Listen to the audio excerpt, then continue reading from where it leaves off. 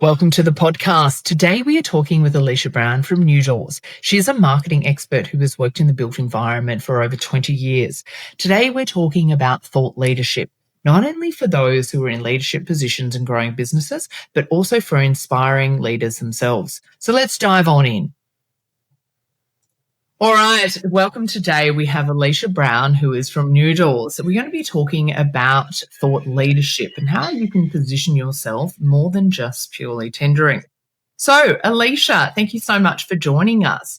Thanks for having me, Stephen. My pleasure. And it is great. You and I have done a few things together. And obviously we work a lot in what we do. We work with small to medium-sized businesses, particularly in the built environment. And I know you're somebody who's helped a lot of businesses to position themselves at that next level to get that next size of work or next caliber. You know, you never want to be on the bottom rung. You want to be working with clients you want to be working with. And to do that, you need to put yourself in that position. So tell us a little bit about your background and what led you to launch New Doors.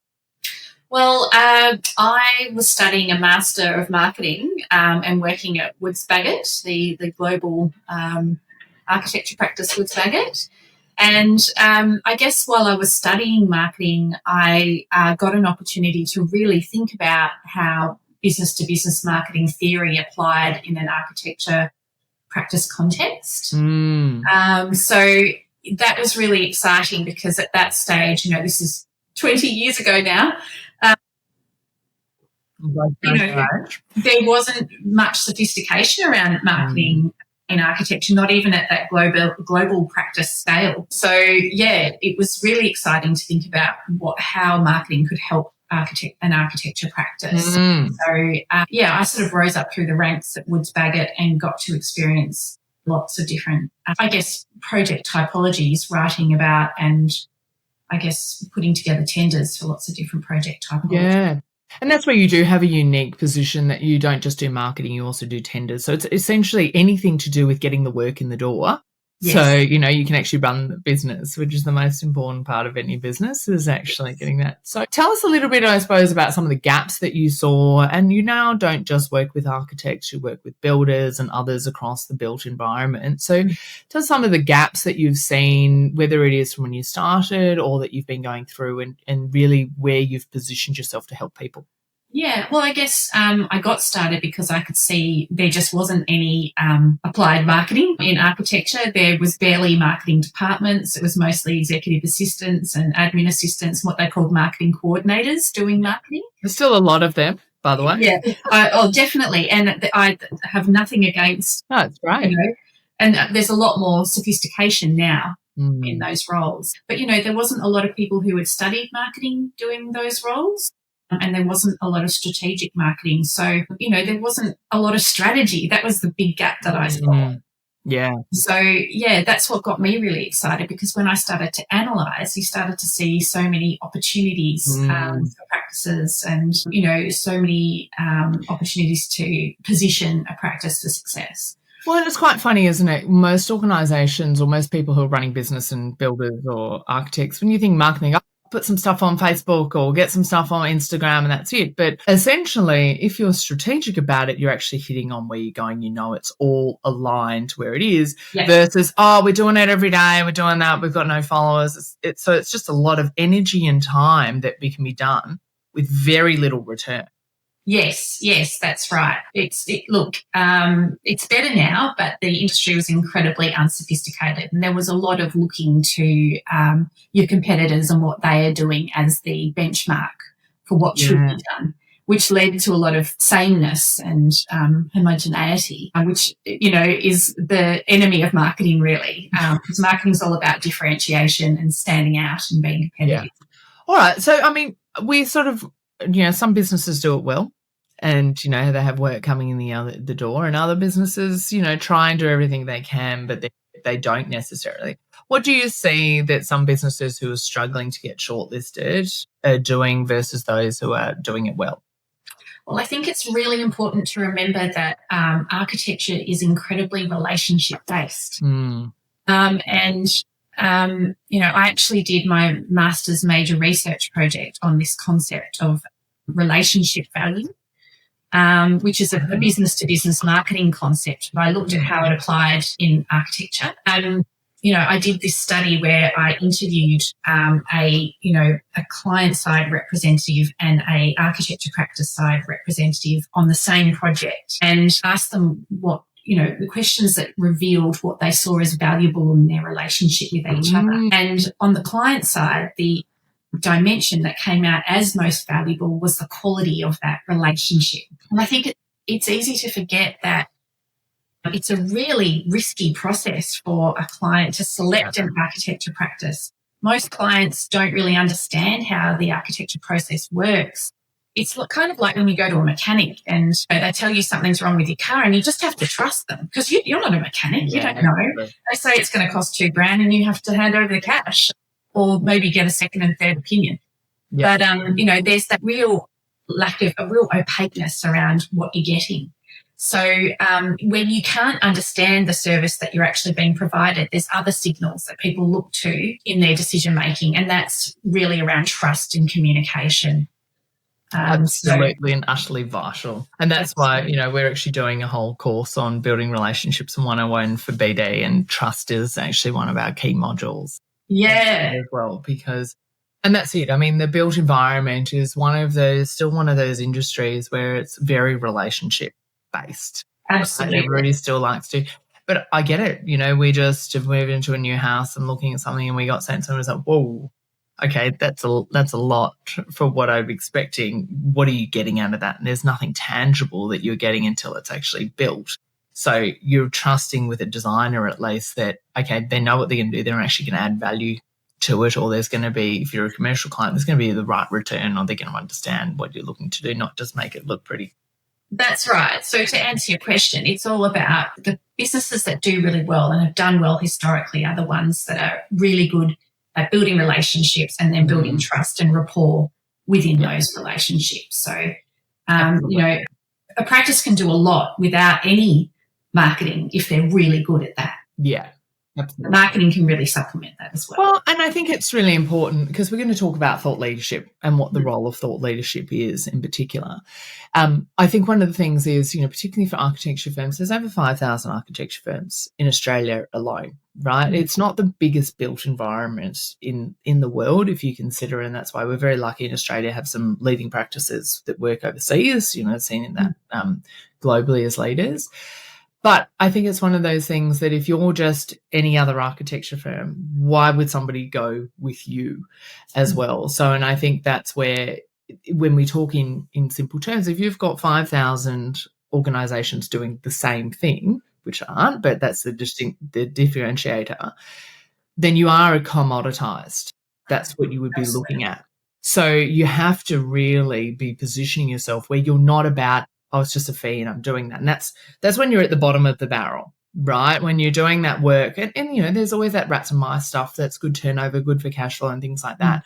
But it's actually the big projects. It's actually, and that's what particularly aspiring firms are trying to do, is they're trying to get from here up to here. And that's how firms grow, and you see that when the economy comes down, the tier ones come down to the tier twos, to the tier threes. And I know it's always been hard for firms to go, oh, what do we define as tiers? And it's like, well, I would define tiers is actually in the project size that you're doing and the caliber of the work that you are doing. You can do it by size of firm, certainly from a business perspective, but I think when you're actually talking where are you positioned, there's lots of fantastic design firms out there who are actually small and want to stay only 25 people who are competing with some of the largest design brands. So I think that's where this interesting part of thought leadership positions yourself as a business to go after the premium product or be able to charge the better fees and work on the better work, which I think is most designers, want to be doing.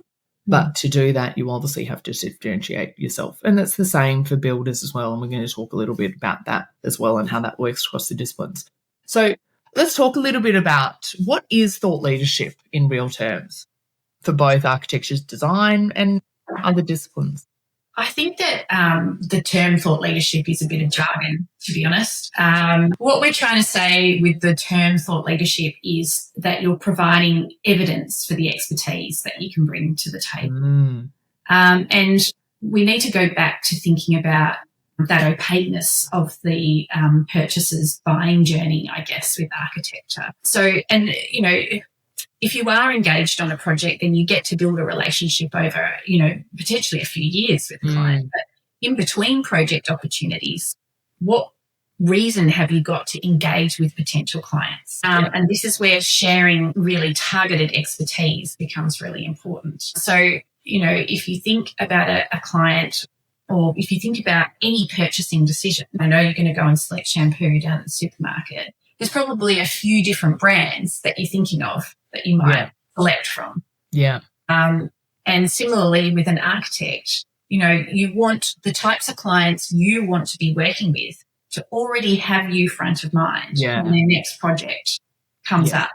So you've got to find ways to build awareness of your brand and to build familiarity with your brand and your practice and your expertise in between projects. So this is where this concept of thought leadership can come in really handy. So, sharing expertise can be done in so many different ways. I think the low-hanging fruit, the easiest thing for most practices is case studies on actual projects. Yeah. Architects always talk about research happens in projects.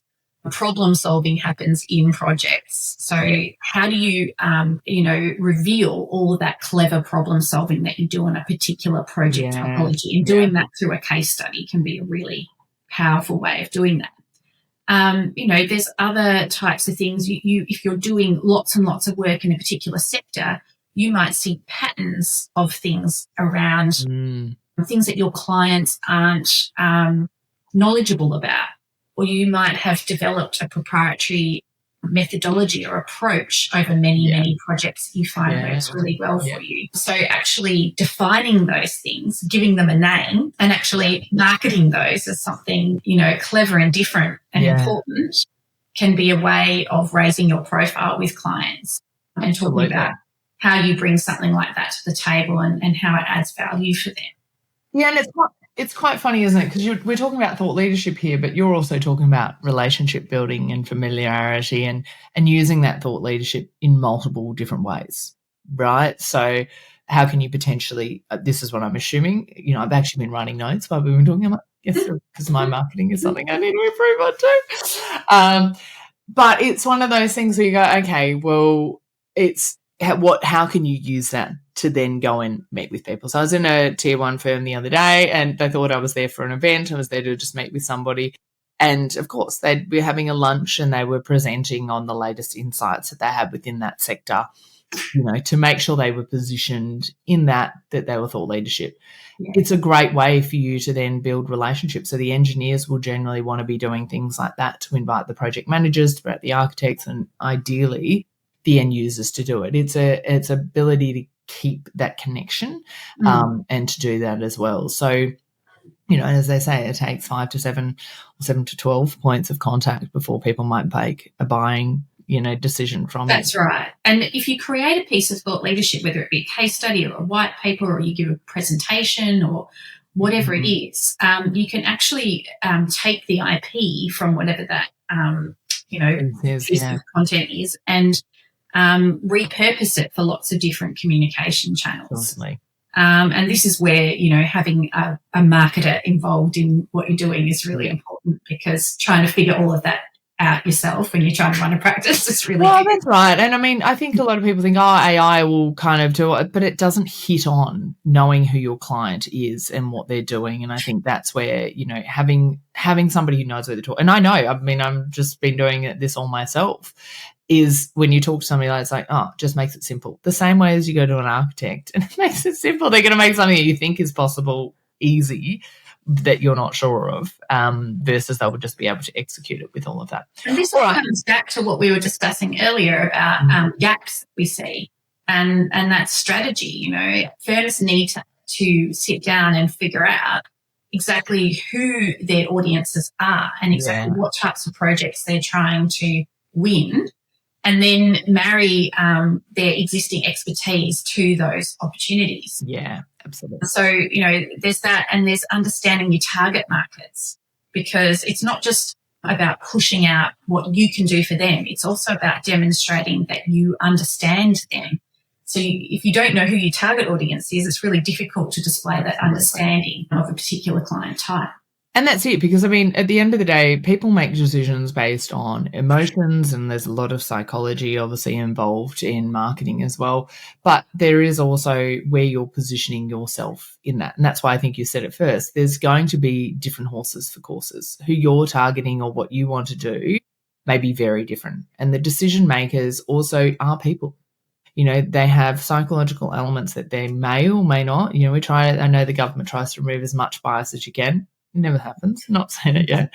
But also there is, what pressures does it mean for them? You know, it's about understanding that person, what matters. You know, they're in a job, they've got a job to do. So it's a development manager, they need to make it. They need to make sure the project stacks up. They need to make sure it's going to be. And I think that's the great thing about the built environment, is it is a very collaborative process. You are working together.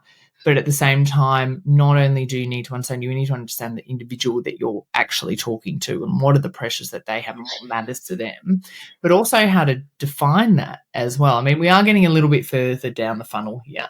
The first part of actually grabbing them within the thought leadership and things like that. So look, why don't we now sort of, you know, go around into some of those things of how we go from thought leadership to now how we start to build the trust, how we build our unique approach to things, and then how we actually start to build more influence and relevance and a great reputation. Well, as I started to get into, there's lots of ways you can do thought leadership. And I think I mentioned articles and speaking. And I think people think about conferences, but we're living in this digital world now, and practices can actually put on their own events. Yes. They can connect with experts outside their business and invite them to join. They can interview their clients in front of an audience, or they can share their own case studies and expertise in front of an audience, and they can invite that audience in. Yeah. So you don't have to wait for a specific conference opportunity. You can create these opportunities yourself. But the other thing that practices can do is actually engaging with academic research.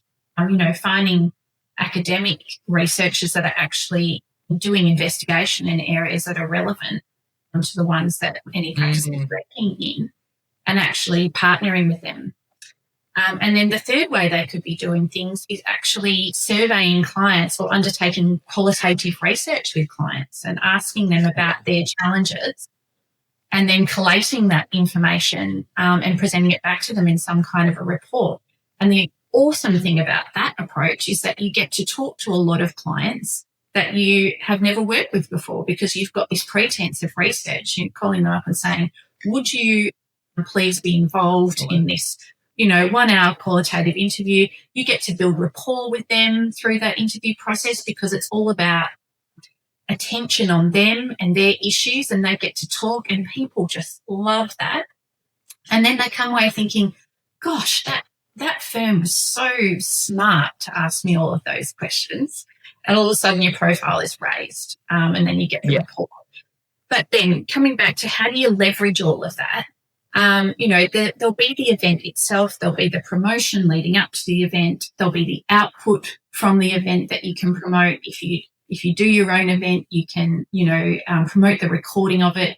You can create snackable content for social media with excerpts and insights from the event or the article or whatever it is. So again, I'm not going to sit here and try to explain how you do that. But when you start with a target audience and you think of multiple touch points to reach that audience. Some of it might be an industry conference, an industry publication, a social media channel. It could be your email database from your company, and you're trying to get all of those touch points and engage people on a semi-regular basis, so that in any given 6-month period, they might have heard of you 3 or 4 times and read a couple of your articles, or thought that an event you were running sounded interesting, if not attended it.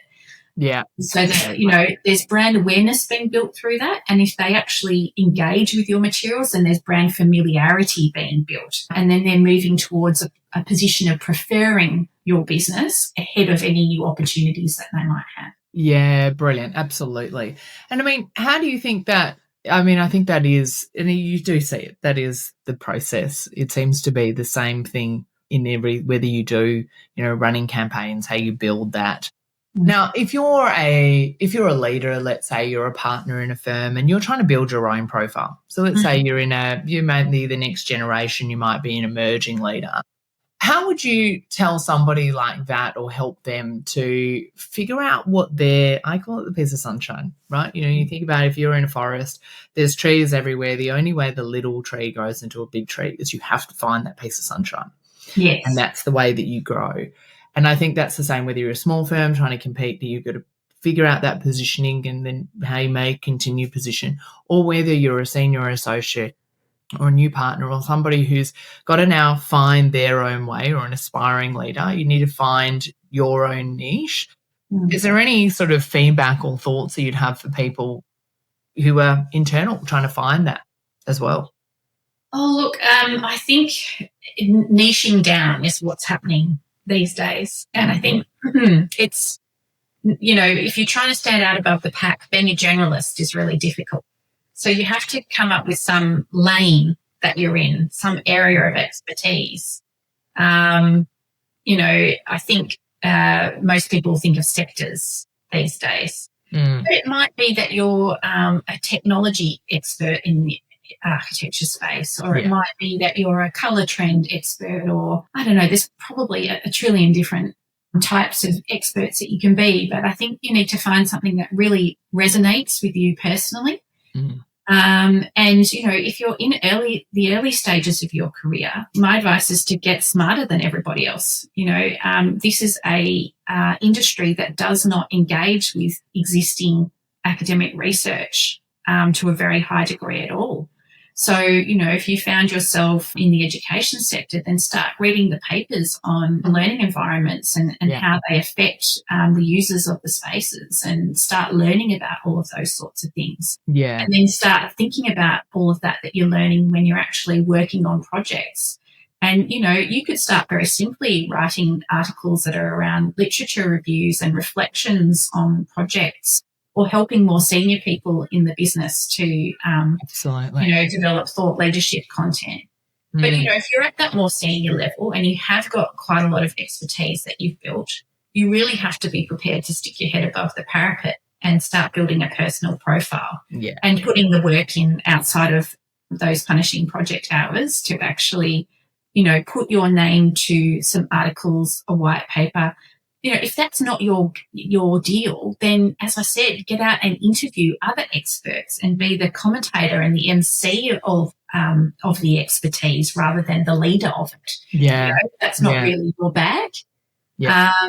Because if you want to build a profile, you're not going to do that by hiding your light under a bushel. You're going to need to be prepared to get out there and probably speak in front of people is going to be the most important thing. And you'll do a lot better if you can also write and produce content that's relevant to your area of expertise as well. Oh, absolutely. And I think, these days, things like AI exist, people thinking, but you've got to have your own unique point, your own voice. There's 8 billion of us. You've got to figure out what and this is why I always say, that's why we have it's all about being authentic. You've got to know you, and you've got to figure that out and what you want to do. Somebody who started, a podcast, 3 businesses, you're kind of figuring that out. I very much know who I am, but it's also then, well, where do you fit in to where the rest of the world is? But at the end of the day, it also has to be something that that matters to the people. There is somebody out there who needs what you need as well. It can't just be, as you said, that's where the niching comes in. So understanding, okay, who am I? Look around at your peers, right? Look at the other people and think, well, what am I doing versus them, or how do they do?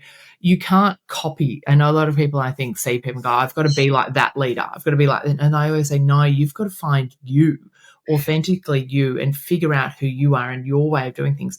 Steal from everybody. Look at things, look around, see what people are doing, go, that's sort of my personality, and that's not me, that's not who I'm about, that's what I'm about, versus, and continue to build that. Some people I know are very good orators. Other people are exceptionally good at research.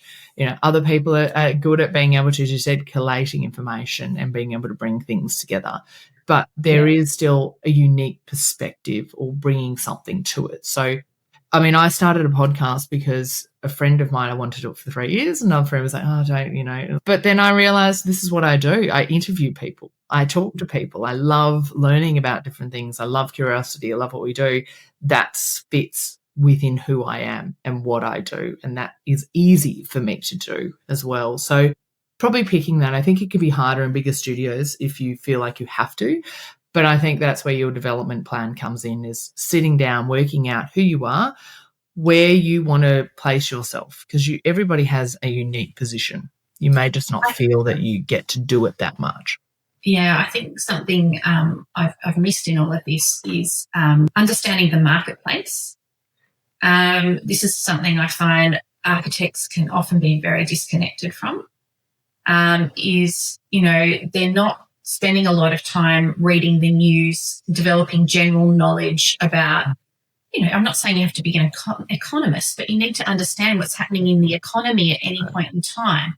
If your practice is very based in a particular state or it's national, you need to have an understanding of what's happening in the states that you're operating in. You need to understand what sectors are growing and what sectors are stagnating. You need to understand what political, social, cultural, economic, technological, natural environment, global factors are affecting the different types of clients that you're working with. And, if you're struggling to figure out what your niche is, if you start engaging with that sort of information, you will find gaps, you will find things, or market opportunities that are happening that nobody's really rallying around that you can really own.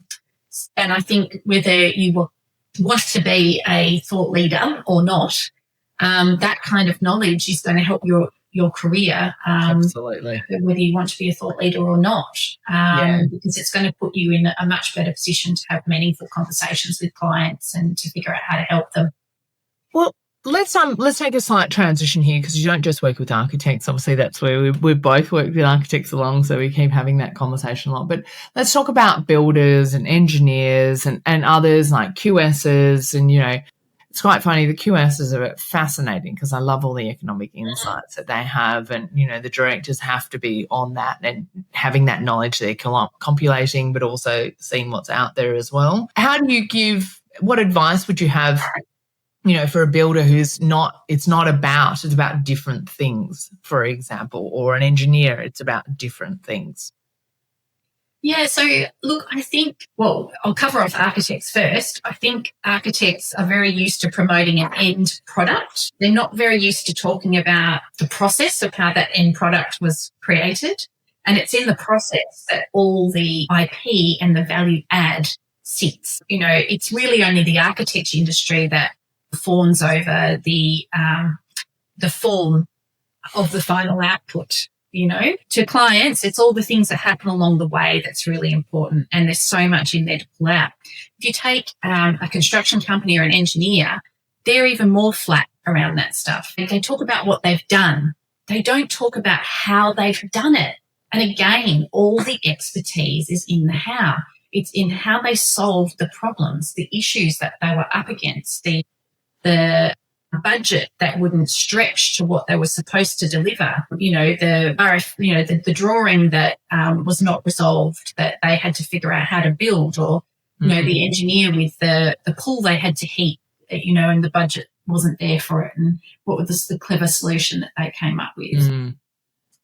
We're just used to sort of saying, we're this technical expert, look at all we've done, choose us. We don't actually get into the weeds with clients and say, look, we've done 10 of these types of projects before. In the context of a project like yours, we're used to seeing these sorts of issues. This is how we solve them, And I think if technically based businesses like architects, engineers, builders, and any of those other types of consultants you mentioned were used to speaking about that process, that understanding of the value they provide would be so much greater. Yeah, absolutely. All right. And I think we talked about a little bit before as well, with builders in that process, it is about the innovation, right? Like What are you doing? You know, obviously it's about time and budget and reliability and not playing the games and making it easy. People want to work with people who make life easy. Totally. Really, as well. It's not just about innovation. You know, construction companies are really hamstrung around innovation for a variety of reasons. But just like you said, it might be their attitude as to how they deal with things that they're not making explicit when they promote themselves. It might be they're really excellent project management processes that ensure things don't blow out. You know, those sorts of things are really important. Yeah. Points to get across. Yeah, no, absolutely. All right. So do you have any other sort of tips for anybody who might be listening, feeling a little bit stuck, or some places that they could, you know, if they want some sort of top 3 things to work on, what would you look at? Well, I think if you are a practice leader and you're thinking about thought leadership, then my advice is to go back to strategy. You know, what's your business development strategy? Who are you trying to target and why? Where do you have expertise and capacity that you can build on? And, you know, how can you choose a few focus areas where you can, you know, use the thought leadership leverage? If you're an individual, like we said, you know, somebody who wants to raise their personal profile, then, I would be thinking about the projects that I've done in my career and where there's, expertise that's built up in certain areas. You know, it could be women in practice. It could be, you know, general project management approaches that apply across projects, or it could be a sector-based thing where you've done heaps of aged care projects and you've built a passion around that. You know, so having a think about where you can build on your own capacity would be number 1. Yeah. And then number 2 would be doing that work, as I said, around understanding the marketplace and where future opportunities are and where you might be able to plug in. Yeah. And I think it's one of those things, I look at it from both points of view. I look at that thought leadership and positioning yourself in your personal brand is important for you as somebody out there who's representing a business, but it's just as important for you as an individual. So, for example, those who, as I always say, your most important thing is your network and your relationships and what you can leverage, because when the economy goes down, it's the people who have the ability to still bring work in the door or to do that and have that flex that are always going to be the last people to go, because there's an equation, as we said, income in, expenses. If you can be part of bringing income in, then you're always going to be in a better position, right? And that comes through time. But as you said, if you're building your own personal brand and you're building that, you're thinking about your thought leadership and you're showing that leadership earlier on, and you're working out what your position is, whether it's in an organization, you're figuring out who you are and where you position, or whether it is that you're working that out in the industry as a whole. You know, people want those people. They're in great demand because they're the people who have, you know, have something that they're going after. Now, please still make sure that you're a good person to work with and you're authentic in what you do and you still do a good job, because it's great doing all that, but you've still got to actually build the reliability and the credibility to back up what you're going to do as well. So I think that's one of the things that it's one of those things that people need to think about it for businesses. But they also need to think about it for their personal.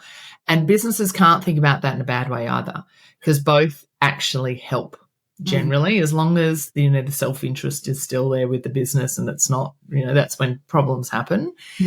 But people need to really take that on, I think, and realise how important it is that you have your own perspective of what you're doing. I think you've got some great things here about familiarity. That's where your social media get into the habit of posting 3 times a week.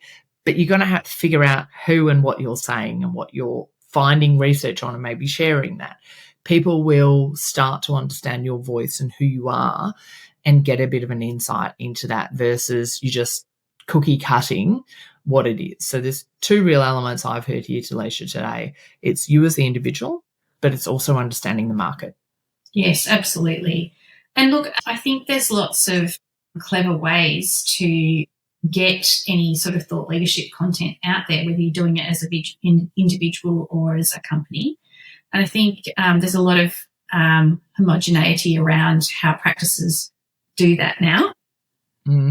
I think there's a lot of posting on social media without thinking about who is actually my audience on social media. Yeah. So I think most practices would find that their social media audience is mainly made up of their industry colleagues and graduates, maybe, who want a job with them. There actually is strategy around building followership from the types of people you actually want to do business with, and thinking about how you can position content to actually reach those audiences. And this is, again, where a good strategic marketing person can come in and assist. And I think the other thing that architecture practices increasingly need to think about is advertising. And, this could be, actually paying for advertorial content in appropriate channels. It could be, paying to be included in a industry association newsletter. It could be, a lot of conference formats, advertorial formats now, where you pay to speak. And, there's social media advertising that you can be doing, really powerful things on LinkedIn, email. Depending on your audience, there's some really powerful digital advertising that practices could be investing in. And this is kind of new territory for most practices. Oh, look, I think it's new territory for everybody. And I would say one of the things is, it's like if you're listening and doing marketing things and you look at, there's a lot of things out there, right? Obviously, I've had my head in this studying business, but the US type stuff doesn't work. Like, I've got a friend who works in the US, the UK, and here, and I said, what do you find works differently? She's like, it's so different working with those in the US. It's very direct. It's like, yep, cool, great, let's go. With Australians, we have two things. One, we hate selling ourselves. So most people are like, oh my God, I don't want to put my head above the parapet and be seen as one of those people. Secondly, we all are about relationships. So I think we're actually quite, half of the time, like, there's this person, what do you want from me? Like, there's already a presumption you try to sell me something, so I'm already on the back foot. But that's where I think what you're saying is it can be done. People don't have to have this mindset, and I think it is a bit of an Australian mindset of, I don't want to sell myself, I can't sell myself, versus it's not actually about you. It's about what problem you can solve. It really does my head in, because the majority of my clients will say this to me, I'm not a salesperson. I don't want to be that person cold calling. And it's like, well, when you take the approach that sales is getting on the phone and asking somebody for a job, of course you want to run and hide under a rock. But if you take the approach that you are trying to build your market knowledge and get to know somebody, and you're taking the approach of asking them what they are finding difficult, what they need help with, where they've struggled in the past with capital works procurement and execution, what they really need out of their new facilities. If you're actually asking questions like that, then you create value, because they get to clarify in their own mind the things that are really worrying them. They get to bounce off somebody who can add insight to that, and you get all the market insights that come from a conversation like that. And you've built rapport and a relationship through having asked the questions. So you're immediately increased in that person's esteem because you've asked them some intelligent questions about what they're facing. And I think a lot of people don't think about networking and business development in that way. They just think about it as pushing what they have to offer out, rather than, actually connecting with people and learning from them as a way to build. And look, I mean, I think that's the difference, isn't it? It's about your greatest thing you can do is ask what people actually need and understand that and give them the solution, versus I've got this thing, you must sell. So it's like, I'm in a new room right now, my lighting's shocking. So it's like, okay, what's the problem you need to solve? This versus, I can sell you these blinds or do this for you. It's, if you understand the problem, yes, what you might be doing is the solution. But I think particularly for architects and for builders and things like that, it's quite interesting, because it's a bit like a job interview. I always say a job interview is always a two-way street. It's not a one-way street. You've got to know if it's the right fit. And I think a lot of the time, and that's where you get in a better position, you've got better things and you're working out, is that the job we want to do? You're asking the same type of things too. You may not be in that interview stage. You may have already predetermined it beforehand to work out what matters to them and how they work and how they operate and what they want to achieve out of it will enable you to position yourself much better with that as well. Yeah. Excellent. All right. Well, Alicia, I think we've got some really good sort of insights for people there. Now, look, just to finish off, is there any books, podcasts, thinkers, people that you think people should check out and follow? So I would definitely recommend, if you're a practice leader, to check out Simon Sinek's TED Talk, Why, How, What.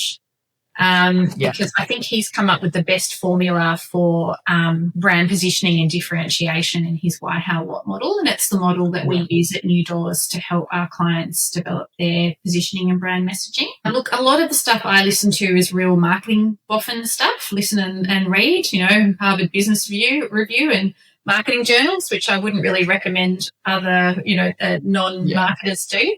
In fact, I see a lot of DIY marketing content out there, and it does my head in a little bit because I think, gosh, you've studied for however many years to be an architect. Don't try and be a marketer as well. That's just too much. And I think it's a lot easier, as we said. Australians aren't good at selling themselves. So, and I think that's it. You can do a lot of stuff and you think you're doing the right stuff, but really you actually probably want the biggest amount of clients out of the least amount. So you could have 10,000 followers, but how many of those people are converting to clients? Or you can have 300 followers, but 60 of those are your clients. Yeah, that's right. So, again, my advice is to get to know the marketplace. So if your business is, I don't know, I've got a client, for instance, that does cladding remediation. They've been on the New South Wales panel, the government panel for cladding remediation following all the cladding that's being removed off buildings because it's not fire safe. And that's so dull and boring, right? But it's actually really interesting when you get into it and you understand, okay, what's happening in the other states? Can we leverage this expertise into other states? Other states up to date with all the buildings that have cladding that might be flammable on them. And, what you need to do is actually really understand what's happening in the marketplace in the areas that you have expertise. That's a client where we created a whole page on their website just about that. We created a capability statement. We did a special advertising campaign to engineers and to project managers who might be dealing with those buildings and to strata managers who might be dealing with those buildings. So, whatever your lane is, if you work on pools, what's happening out there in public pools? Are they not big enough anymore? Are they drawing too much energy? What's happening in that space? Are they costing too much to build? Understand what's going on so that you understand how what you're offering fits in and where the market opportunities are. No, I love it. Thank you. I'm sitting here half the time going, yes, take all that on. But I must say somebody, who does it themselves, because we're just that small business. I'd love to have somebody like you on. But I go, God, it's just so much easier to get somebody who knows what they're doing. The time, the energy, it's just done. Your return on investment is just there. It's the same as what we do. Build PX is an HR company. Essentially, why waste your time doing that type of stuff? We will manage and run all of that for you when you've got somebody who's going to hit right on it versus, trying to circle around it and not hit on the bullseye. And that's where, you've got the ability to actually have somebody to come in and to run things in a way and make it efficient. Brilliant. That's right. And all right, clients that are at all different stages, some of them come in and they've got good business plans and a good foundation to build on, and some of them don't even have that. And, we can take them through a whole facilitated process to understand what their strategy should be and so that they can understand why and where they're headed. And feel really confident about it. Well, and it's exactly, I think particularly for architects and builders, like nobody's going to build a building without a bloody plan. So why does everybody think, let's start building our marketing? Great, just with a brick here. We'll start here. That's why architects exist. So essentially you are the architects and the designers in the marketing world to make it happen. But you've got that other flex side of it's not just the digital and the marketing side. You've got the understanding of professional services and how B2B and professional services operates. And then, also the tenders as well, because that is the entire machine. Really, it's all about how you actually win the work, how you get the opportunities, how you convert that into work that you've got in projects, which is brilliant. Brilliant. Thank you, Alicia, so much for your time. So just to come out, what you said is, Simon Sinek, Start With Why. Was there any other books that you had on your list as well while you bring them up? I didn't have specific books, really just doubling back down on that market environment understanding. I think that's the best thing that any architect or built environment professional can do is understand how what they're delivering fits into the wider economy. Yeah. And they should have a pretty good understanding about that. It's then about how you're translating that into what it is, but also where you want to be versus where you are or what you're finding is good return. And, I think that's the thing. You can run an architecture practice, but you might need big projects, but you might also need an interiors or fit outside that you've got the cash flow running in it to do the same thing. If you're a building company or a D&C company, you might be needing to make sure you've got enough coming in the door to do that. There's different challenges for different businesses in what they're dealing with. Hopefully it depends on where you are and how mature you are in your journey, but it's bringing all that together and executing it effectively. Yeah. Lovely. Thanks, Alicia, so much for joining us today. Thanks we look forward to seeing. Thanks. Thanks for listening, and don't forget to follow and subscribe. If you're liking this podcast, please rate it because it will actually help other people as well. Now, beyond being able to subscribe, we also have a fantastic newsletter. So if you go to the be-connected.co podcast, you will actually be able to sign up for a newsletter, and you will get this on a weekly basis with the latest podcast coming out twice a month and a fantastic newsletter that will give you great insights into the industry, interesting topics of how you can grow professionally and also grow your businesses. We hope you enjoy, and thanks so much for listening.